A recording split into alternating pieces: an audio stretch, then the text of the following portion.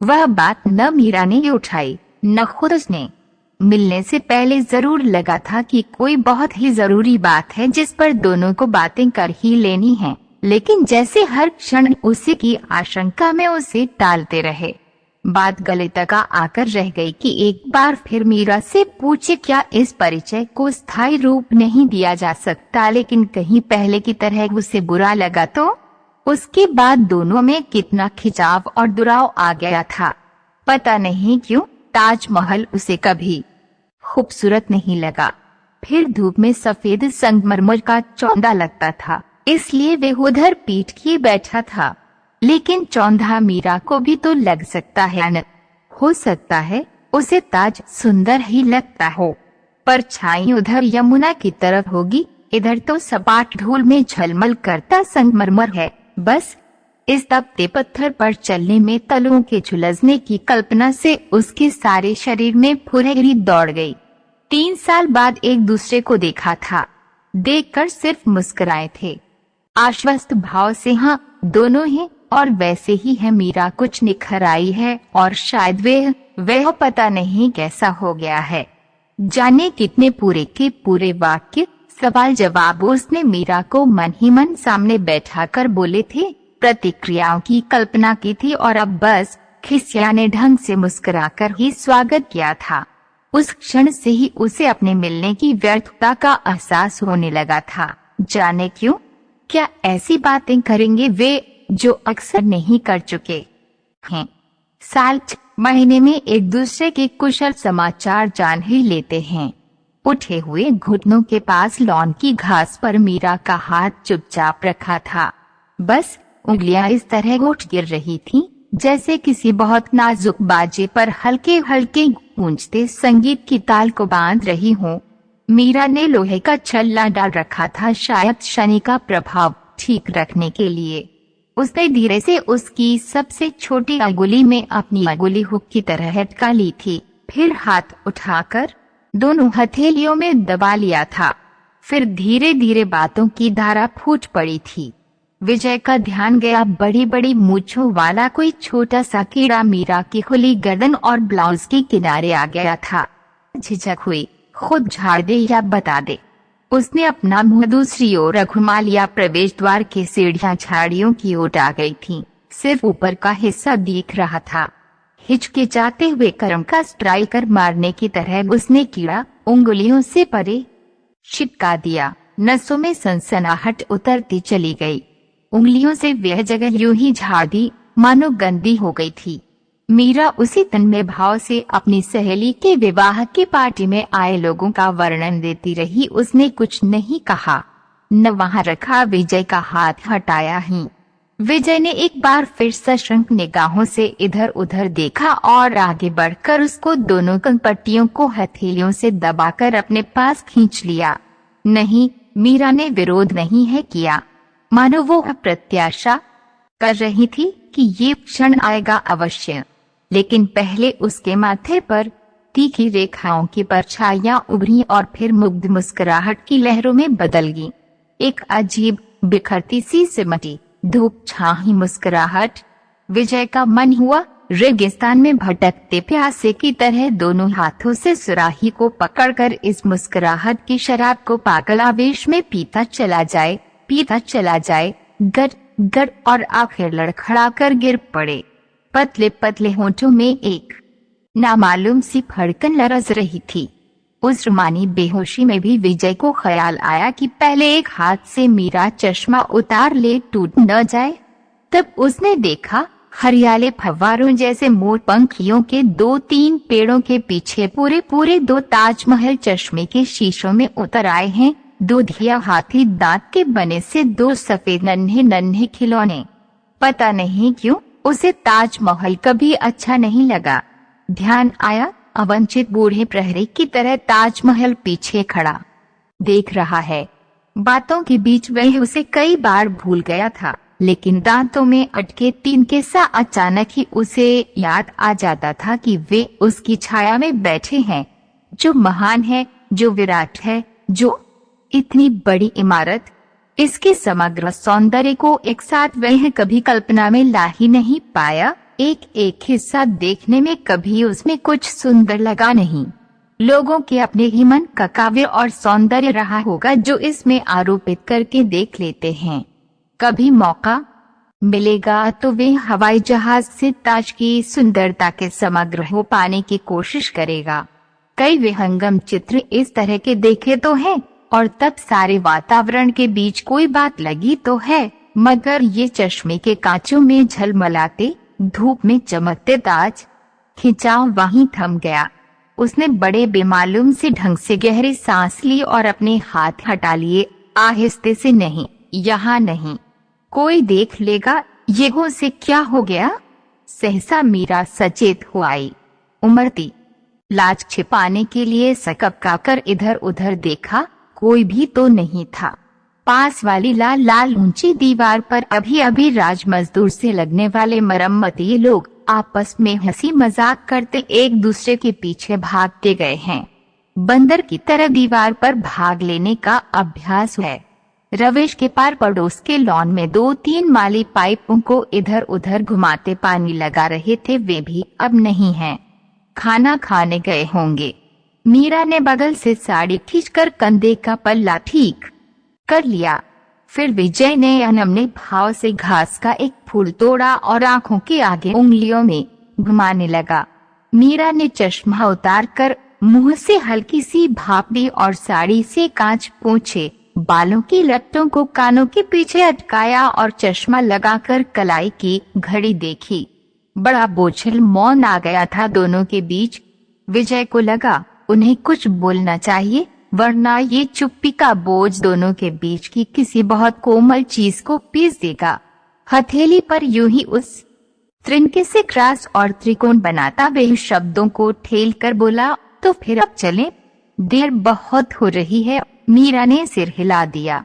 लगा जैसे वो कुछ कहते कहते रुक गई हो या प्रतीक्षा कर रही हो कि विजय कुछ कहना चाहता है लेकिन कह नहीं पा रहा। फिर थोड़ी देर चुप्पी रही, कोई नहीं उठा। तब फिर उसने मरे मरे हाथों से जूतों के फीते कसे, अखबार में रखे और संतरे और मूंगफली के छिलके फेंके। बैठने के लिए बिछाए गए रुमाल समेटे गए और दोनों टहलते हुए फाटक की तरफ चले आए। 3 का समय होगा। हाथ में घड़ी होते हुए भी उसने अंदाज लगाया। धूप अभी भी बहुत तेज थी। एक आध बार गले और कनपट्टियों का पसीना पोंछा। आते समय तो 12 बजे थे। उस वक्त उसे हंसी आ रही थी। मिलने का समय भी उन लोगों ने कितना विचित्र रखा है, जैसे इस समय से बहुत दूर खड़े होकर उसने दोहराया था 12 बजे, जून का महीना और ताजमहल का लॉन। वह पहले आ गया था और प्रतीक्षा करता रहा था। उस समय कैसी बेचैनी, कैसी छटपटाहट, कैसी उतावली थी। ये समय बीतता क्यों नहीं है। बहुत दिनों से घड़ी की सफाई नहीं हो पाई, इसलिए शायद सुस्त है, अभी तक नहीं आई। इन लड़कियों की इसी बात से सख्त झुंझलाहट होती है, कभी समय नहीं रखती। जाने क्या मजा आता है इंतजार कराने में। वह जानबूझकर उधर आने वाले रास्ते की ओर से मुंह फेरे था। उम्मीद कर रहा था कि सहसा मुड़कर उधर देखेगा तो पाएगा कि वह आ रही है, लेकिन 2-3 बार ऐसा कर चुकने के बाद भी वह नहीं आई। जब दूसरी ओर मुंह मोड़े रहकर भी वह कंगियों से उधर ही झांकने की कोशिश करता तो खुद अपने पर हंसी आती। अच्छा, सीढ़ियां उतर कर आने वाले 3 व्यक्तियों को वह और देखेगा, और अगर इसमें भी मीरा नहीं हुई तो ध्यान लगाकर किताब पढ़ेगा। जब आना हो आ जाए। 1 2 3 हो सकता है अगली वही हो। हिश जाए जहन्नुम में नहीं आती तो हाँ तो नहीं। अच्छा आओ, तब तक यही सोचें कि मीरा इन 3 सालों में कैसी हो गई होगी, कैसे कपड़े पहन कर आएगी, एक दूसरे को देखकर वे क्या करेंगे। हो सकता है आवेश से लिपट जाएं, कुछ बोल न पाएं। उसके साथ ऐसा होता नहीं है, लेकिन कौन जाने उस आवेश में। आखिर वो आई तो वे उसे पास आते देखता रहा था। हर बार वे उधर से निगाहें हटाने की कोशिश करता कि उसे यूं न देखे, पास आने पर ही देखे और हठात मिलने के थ्रिल को महसूस करे। लेकिन वो देखता रहा था और निहायत ही संयत भाव से बोला था, नमस्ते मीरा जी। झेम कर मीरा मुस्कुरा पड़ी थी। धूप में चेहरा लाल पड़ गया था। फिर दोनों इस लॉन में आ बैठे थे, ऐसे अचंचल, ऐसे आवेशहीन, जैसे रोज मिलते हों। आपने लिखा था तो याद कैसे नहीं रहता, लेकिन टाइम बड़ा अजीब है। हाँ, शरद पूर्णिमा की चांदनी रात तो नहीं ही है। अपने मजाक पर वे खुद ही व्यर्थता महसूस करता गंभीर बनकर बोला, इस वक्त यहाँ जरा एकांत होता है। सचमुच अजीब टाइम था। मीरा के साथ एक कदम लौटते हुए उसने सोचा, दोपहर की धूप और दो प्यार करते प्राणी। उसने फिर दोहराया, यह प्यार था जैसे बरसों बाद मिलने वाले दो मित्र हों जिनमें बातें करने के विषय चुक गए हों। सफेद संगमरमर पर धूप पड़ रही थी। चौंधा था इसलिए उधर पीठ कर ली थी। रह रहकर झुंझुलाहट आती, किस शाप ने हमारे खून को जमा दिया है। ये हो क्या गया है हमें? कोई गर्मी नहीं, कोई आवेश और कोई उद्वेग नहीं। क्या बदल गया है इसमें? हाँ, मीरा का रंग कुछ खुल गया है, शरीर निखर आया है। लौटते समय भी उसकी समझ में नहीं आया कि यह बोझ, ये खिंचाव क्या है। दोनों यूं ही घास में काटे हुए लाल पत्थरों की जाली पर कदम कदम टहलते हुए सीढ़ियों तक जाएंगे। फाटक में बैठे हुए गाइडों और दरबानों की बेधती याचक निगाहों को बलपूर्वक झुठलाते बजरी पर चरचर करते हुए तांगे या रिक्शे में जा बैठेंगे और एक मोड़ लेते ही सब कुछ पीछे छूट जाएगा। कल वो लिखेगा, मेरी मीरा, कल के मेरे व्यवहार पर तुम्हें आश्चर्य हुआ होगा। हो सकता है बुरा भी लगा हो, लेकिन और फिर चश्मे के कांचों में झांकता ताजमहल साकार हो आया। तुम्हारी पलकों पर तैरते दो ताजमहल, कितना सुंदर वाक्य है। यह तो नई कविता हो गई। टैगोर ने देखा होता तो काल के गालों पर ढुलक आए आंसू की बूंद कभी न कहते गालों पर ढुलक आए आंसू में झांकते ताजमहल की रुपहली मछलियों सी परछाइयां। लेकिन मीरा की आंखों में तो उसे नमी का भी आभास नहीं हुआ था। कितने जड़ हो गए हैं हम लोग भी आजकल। वह कल वाले पत्र में लिखेगा, हक्सले की नकल नहीं कर रहा। जाने क्यों मुझे ताजमहल कभी खूबसूरत नहीं लगा, लेकिन पहली बार जब मैंने तुम्हारी पलकों पर ताज की परछाई देखी तो देखता रह गया। पिछले दिनों की एक अजीब सी बात मुझे याद हो आई उस क्षण। अरे हाँ, अब याद आया कि क्यों वे अचानक क्यों सुस्त हो गया था। उस बात को भी कभी भूला जा सकता है? हाँ, मेरे लिए तो वह बात ही थी। वह लिखेगा। उसे लगा मन ही मन वह जिसे ही संबोधित कर रहा है, जिसे पत्र लिख रहा है, वे यह साथ साथ चलने वाली यह मीरा नहीं है। वह तो कोई और है, कहीं दूर, बहुत दूर। वही मीरा तो उसकी असली बंधु और सखा है। यह इससे तो जब मिला है इसी तरह उदास हो गया है। लेकिन उस मीरा से मिलने का आकर्षण इसके पास खींच लाता है। इसकी तो जाने कितनी बातें हैं जो उसे कतई पसंद नहीं हैं। जैसे वह याद करने की कोशिश करने लगा, जैसे उसे क्या क्या पसंद नहीं है।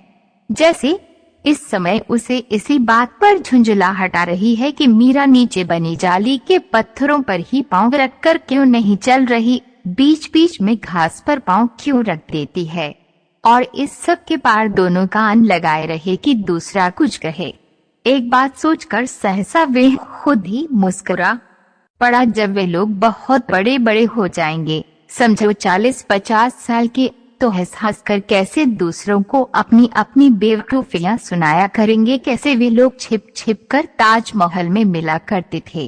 4-5 साल हो गए होंगे उस बात को। उसके मन के भीतरी स्तरों पर पत्र चलता रहा। यह सब वे उस पत्र में लिखेगा नहीं, वह सिर्फ उस बहाने क्रमबद्ध शब्दों में उस सारी घटना को याद करने की कोशिश कर रहा है। वह देव, राका जी और मुनमुन इसी तरह तो लौट रहे थे, चुपचाप, उदास और मनहूस। सांझ थी इसलिए परछाइयां खूब लंबी लंबी चली गई थीं। अच्छी तरह याद है, सितंबर या अक्टूबर का महीना था। कॉलेज से आकर चाय का कप होंठों से लगाया ही था कि किसी ने बताया, आपको कोई साहब बुला रहे हैं। वे हंगाकर उठा। कौन आ गया इस वक्त? अरे आप पहचाना या नहीं आपने? अरे साहब खूब आपको नहीं पहचानूंगा, लेकिन सचमुच उन्होंने पहचाना नहीं था। देखा जरूर है कहीं, शायद कलकत्ता में। ऐसा कई बार हुआ है, लेकिन वह भरसक ये जताने की कोशिश करता है कि पहचान रहा है और बातचीत से परिचय के सूत्र पकड़कर याद करने की कोशिश करता है। आइए न भीतर। नहीं मिस्टर माथुर, बैठूंगा नहीं। गली के बाहर मेरी वाइफ और बच्चा खड़े हैं, उन्होंने क्षमा चाहने के लहजे में कहा। आप कुछ कर रहे हैं क्या? लेकिन उन्हें वहाँ यही बुला लीजिए। नहीं, देखिए ऐसा है कि हम लोग जरा ताज देखने आए थे। याद आया आप भी तो यही रहते हैं। जगह याद नहीं थी, सो 1-1.5 घंटे भटकना पड़ा। खैर आप मिल गए।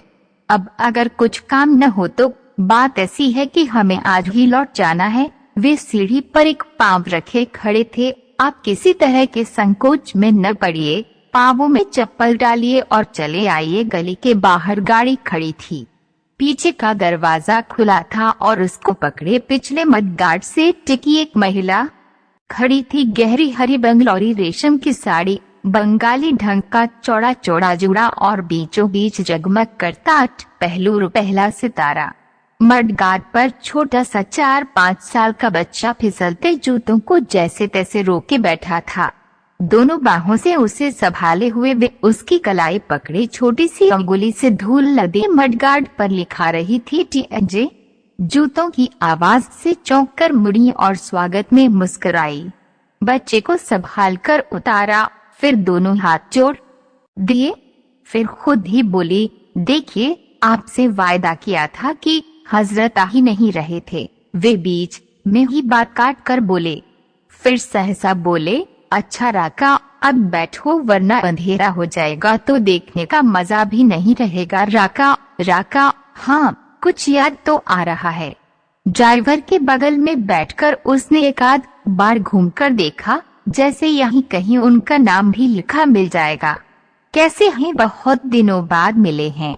याद है आपको कलकत्ता में हम लोग मिले थे? उस दिन हम लोगों ने आपको कितनी देर कर दी थी। सुनहला रंग, कानों में गोल्ड कुंडल, बहुत ही बेमालूम सी लिपस्टिक, साड़ी का पल्ला साधने के लिए खिड़की पर टिकी हुई कोहनी। अरे हाँ अब याद आया, इनसे तो मुलाकात बड़े अजीब ढंग से हुई थी। न्यू मार्केट के एक रेस्तरां में बैठा वे शौकिया अपनी अपनी संगीत कला का प्रदर्शन करने वालों को देख रहा था।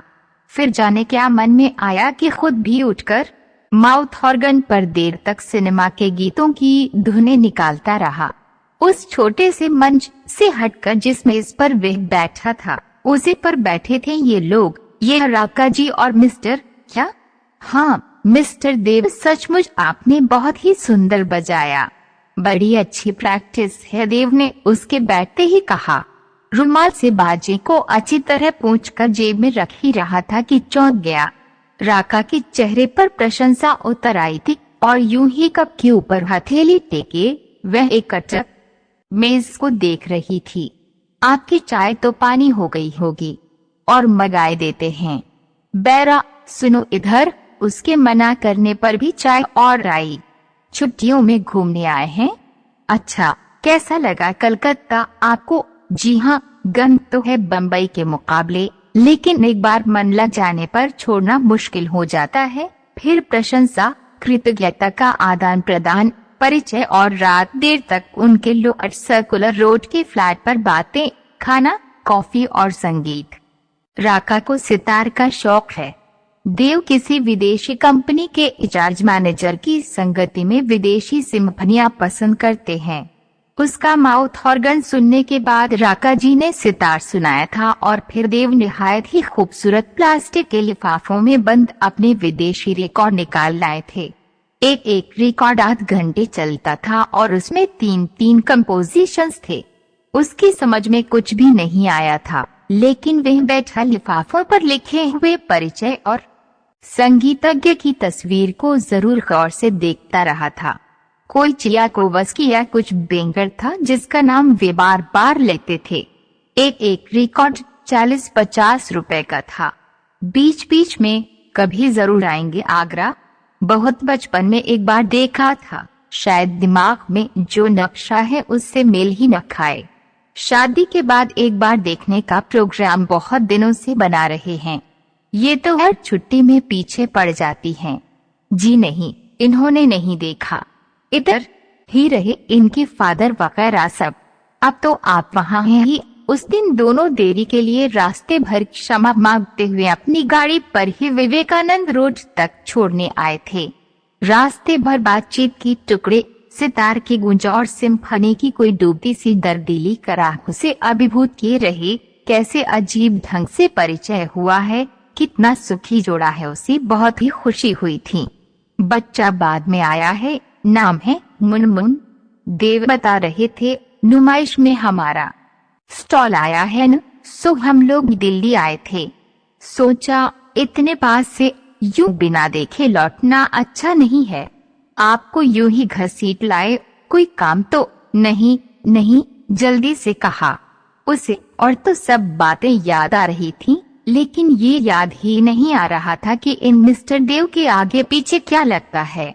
बड़ी बेचैनी थी, कैसे जाने। बस उस मुलाकात के बाद फिर कभी भी नहीं हुई। याददाश्त अच्छी है इन लोगों की, आपने याद खूब रखा। सोचा उस मुलाकात में ऐसी कोई खास बात भी तो नहीं थी। जब भी हम लोग ताज की बात करते, आपकी बात याद आ जाती।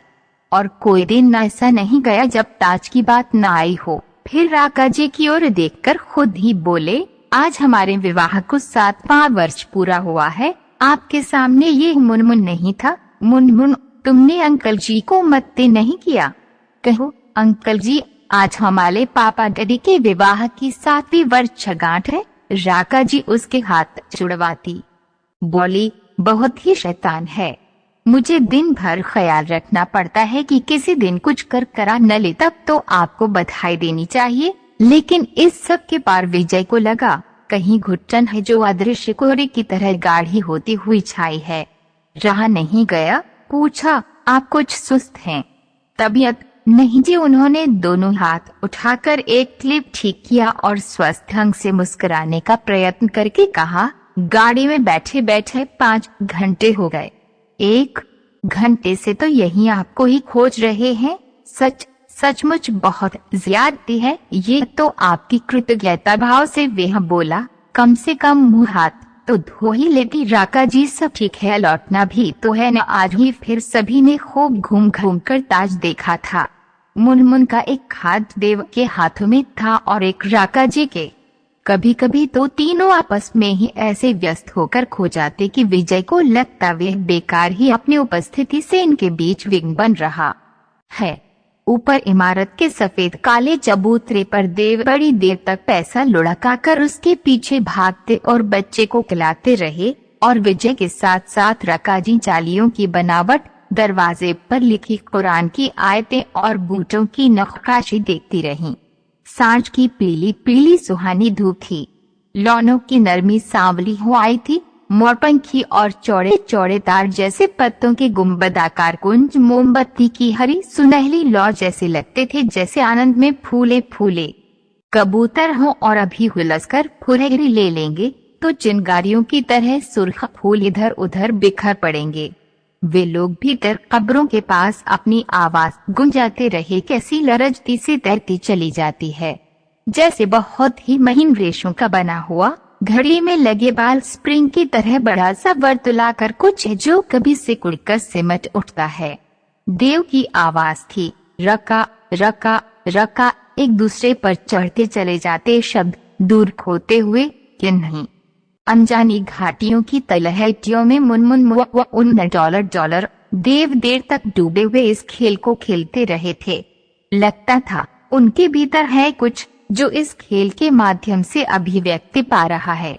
वह राका या मुनमुन का नाम ले देते और देर तक अंधेरे में इन शब्दों को डूबता खोता देखते रहते, जैसे हाथ बढ़ाकर उन्हें वापस पकड़ लेना चाहते हों। उन्हें कब्रों में कोई दिलचस्पी नहीं थी। बड़ी देर बाद बहुत मुश्किल से जब वे उस वातावरण से टूटकर बाहर निकले तो बहुत उदास और खोए खोए थे। विजय के पास से मुनमुन को लेकर जोर से छाती से भींच लिया। बाहर निकल कर आए तो देखा कि नदी किनारे वाली बुर्जी के पास राका जी चुपचाप दूर शहर और लाल पुल की ओर देखती खड़ी हैं। सिंदूरी आसमान के गहरे सिलेटी बादल नदी के चौखटे में वाश कलर की तरह फैल गए हैं। बुर्जी से लेकर बीच के मकबरे तक चबूतरे की काली सफेद शतरंजी को सिमटती धूप ने तिरछा बांट लिया है। हवा में साड़ी उनके शरीर से चिपक गई है और कानों के ऊपर की लटें उच्छृंखल हो आई हैं। देव बहुत देर तक उन्हें यूं ही देखते रहे जैसे उन्हें पहचानते ही न हों, और उस सारे वातावरण में सफेद पत्थर के उस विराट कैद खाने में जैसे किसी अभिशप्त जलपरी को यूं भटकने के लिए छोड़ दिया गया हो।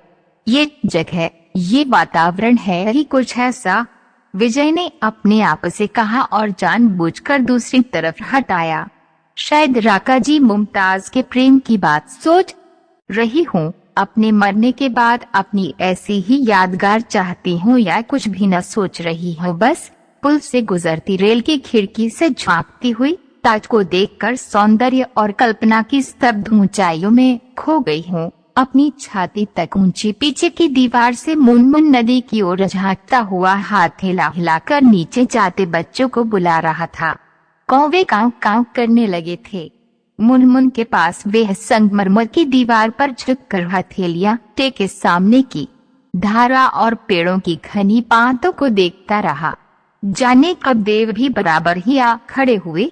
काफी दूर हटकर उसी तरह बुर्जी के पास झुकी राका जी हवा में फहराती साड़ी को एक हाथ से पकड़कर रोके हुए भीतर की आवाज और गूंज को सुनकर बड़ी अजीब सी अनुभूति होती है न, जैसे जाने किन वीरान जंगलों और पहाड़ों में आपका कोई बहुत ही निकट का आत्मीय खो गया है और आपकी निष्फल पुकारें टूट टूट कर उसे गुहारती चली जाती हैं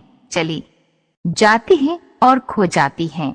न वे आत्मीय लौटता है और न आवाजें, जैसे युगों से किसी की भटकती आत्मा उसे पुकारती रही हो, और वे है कि गूंजों और झायों में ही घुल घुल कर बिखर जाता है, डूब जाता है, बिलमता है और साकार नहीं हो पाता। नदी में ताज की घनी घनी परछाई लहरों में टूट टूट जाती थी। अनजाने ही देव की आंखों में आंसू भर आए। ऐसा ही होता है, ऐसे वातावरण में ऐसा ही होता है, विजय ने अपने आप से कहकर मानो स्थिति को शब्द देकर समझना चाहा। जब कोई किसी को बहुत प्यार करे और फिर ऐसी खूबसूरत मनहूस जगह आ जाए तो कुछ ऐसी ही अनुभूतियां मन में आती हैं। अभी लॉन पर चलेंगे, मुनमुन के साथ तिलकारियां मारेंगे, सब ठीक हो जाएगा। देव ने सुना और गहरी सांस लेकर बड़ी कातर निगाहों से विजय की ओर देखा।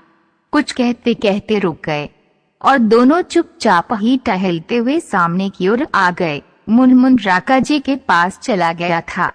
नीचे की सीढ़ियां उतरते उतरते सहसा ही देव ने विजय के कंधे पर हाथ रख दिया था। कुछ कहने को होंठ कांपे। आपको पता है मिस्टर विजय स्वर और मुद्रा से चौंक गया था। नहीं, कुछ नहीं। ऊपर हरी साड़ी की झलक दिखी और फिर दोनों सीढ़ियां